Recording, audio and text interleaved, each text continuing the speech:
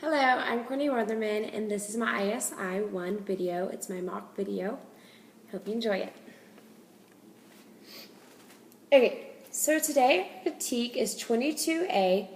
It is use and understand the function of the following parts of speech in the context of reading, writing, and speaking nouns. Singular, plural, common, and proper. All right, let's first begin by reviewing our learning goals for today. So Emily, can I please have you read out the concept objective?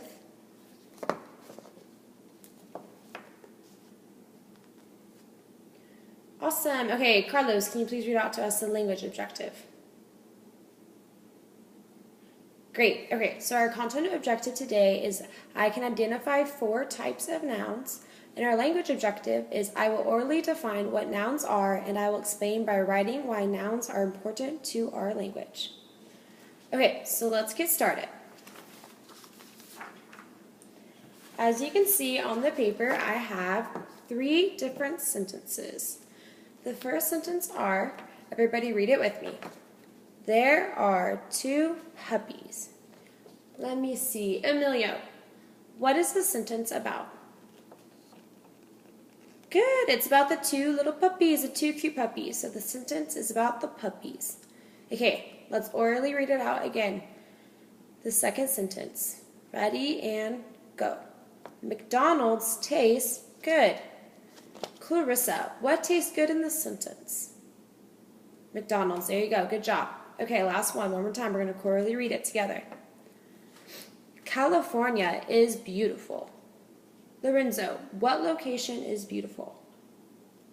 Good, good. Okay, in the last sentence, they're talking about California. What is beautiful? California is beautiful. So each sentence listed above has one word that describes the name of what we are talking about. For example, in the first sentence, it was puppy. In the second, it was McDonald's. And in the third, it was California. Words like good, beautiful, and to are words called adjectives that help describe the main subject of the sentence. Turn and talk with the partner and come up with a word that describes a person, place, or thing.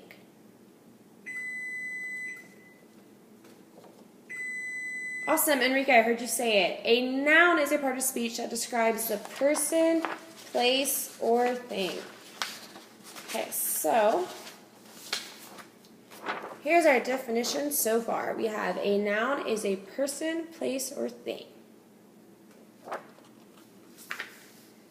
Okay, so now instead of me coming up with my own nouns like I did in my 3 sentences, I want you and your partner to come up with some nouns to complete our sentences. Now, in order to guide your thinking, I will help give you a sentence stem. So I want you to turn and talk with your elbow partner and complete this sentence for me. The blank is big.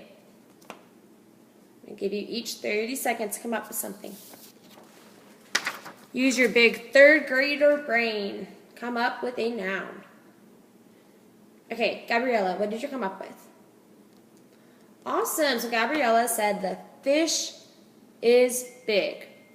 Class, do we agree a fish is a person, place, or thing? Yes, it is a thing. So that makes it a noun. Let's try one more sentence stem with our partner before we move on. My blank is very nice and pretty. Okay, so based on our adjectives, we know that whatever it is you're describing, it has to be nice and pretty. Xavier, what did you come up with? Awesome. So Xavier and his partner said, my mom is pretty and nice. Oh, I love it. That's really cute. Okay, so we know that a noun is a person, place, or thing. However, we are going to learn about 4 different types of noun.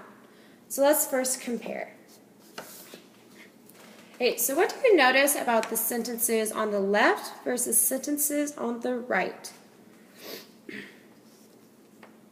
We know that a noun is a person, place, or thing, but we are going to look at the different types of nouns. So be looking at the left and the right. Okay, the first sentence on the left is, oops, one second. The tooth was loose. The cat was fat. The box was closed. Then we move over to our right column and we see her teeth were hurting. The cats were playing. The boxes were closed. So be thinking in your head, what is different? When you're ready to share out with me, I want you to complete this sentence stem. The left column, the nouns are blank, and the right column, the nouns are blank. So be thinking in your head right now, what is the difference between the left and the right? Yes, Sarah, you said in the left column, the nouns are only one thing, and in the right column, the nouns are more than one thing. I love your response, class. Be paying attention. When a noun only describes one person, place, or thing, we call that a singular noun. So we're going to come into our sentence stem and we're going to complete it. So for example, and when it says the cat was fat, it's only talking about one cat. But if you go over here and you see it's talking about more than one cat, what's the clue for that? Yes, it's an S. That's how we know it's talking about more than one. So when a noun describes more than one place, person, or thing, for example, the cats, this is called a plural noun.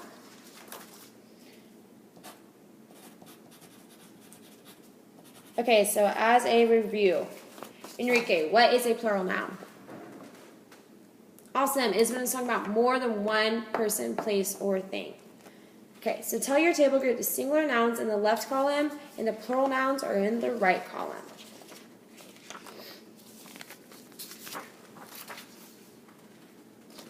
Okay.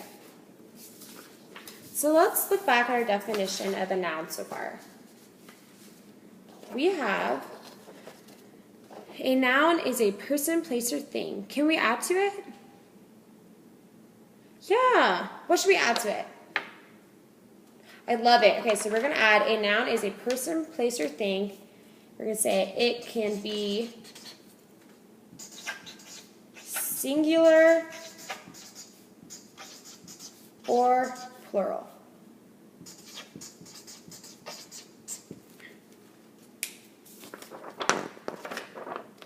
Okay, now who's ready to move on and talk about another way you can see a noun be used in English? Awesome. Okay. So once again, we are going to be looking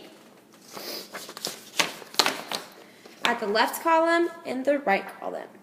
So we're going to compare the nouns that we see, so remember person, place, or thing, from the left to the right.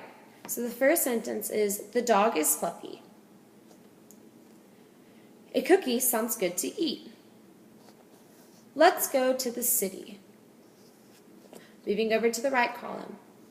Brody is the cutest dog ever. An Oreo sounds good to eat. Let's go to New York City. Now this time I want you to be partners with your other elbow partner. So let's change it up a bit. So if you're working with somebody last time, you're going to be working with somebody new this time.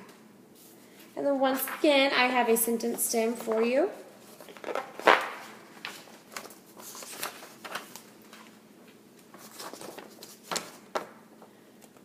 The column on the left, the nouns are blank, and the nouns on the right are, so what do you notice?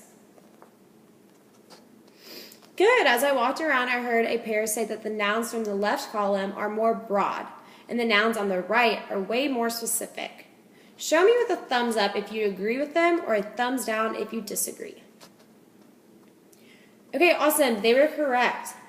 The nouns on the left were very broad. It was talking about how just the dog is fluffy. It wasn't talking about what type of dog. And it says, a cookie sounds good to eat, but it wasn't being specific as to what cookie. And then let's go to the city. By reading that sentence, do I know what city they were talking about? No, I don't. So I don't even know what city we were talking about. So think a minute and raise your hand. when you think you know what we call these nouns? No, not quite. We call these nouns on the left are common nouns. Common nouns are when they are general and not very specific. We call the nouns on the right the proper nouns because they are very specific and it is very clear what the person, place, or thing is in the sentence. For example, Brody is the cutest dog ever. Enrique, who's the cutest dog ever? Brody. An Oreo sounds good to eat. Rosanelli, what cookie sounds good to eat? An Oreo. And then lastly, let's go to New York City. Alejandro, which city are we going to? Yes, it specifically says New York City. So those are our proper nouns.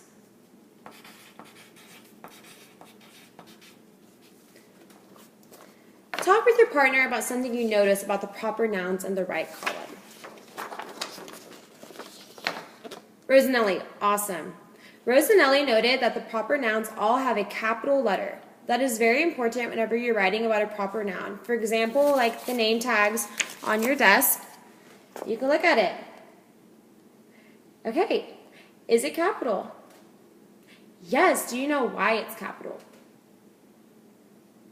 Because your name is a proper name. It's a specific name. Your name is Rosanelli. My name is Miss Weatherman. Do we have the same name? No, so it's not common, right? It's specific to one person.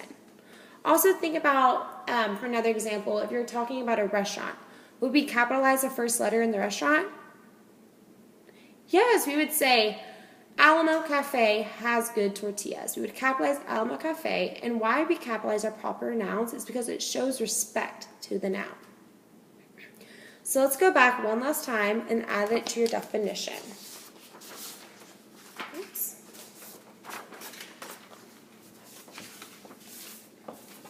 So we have so far, a noun is a person, place, or thing. It could be singular or plural. So what else can we add to a noun? Yes. Awesome. I love your answer, Alejandro. I'm going to say a noun can be common or proper.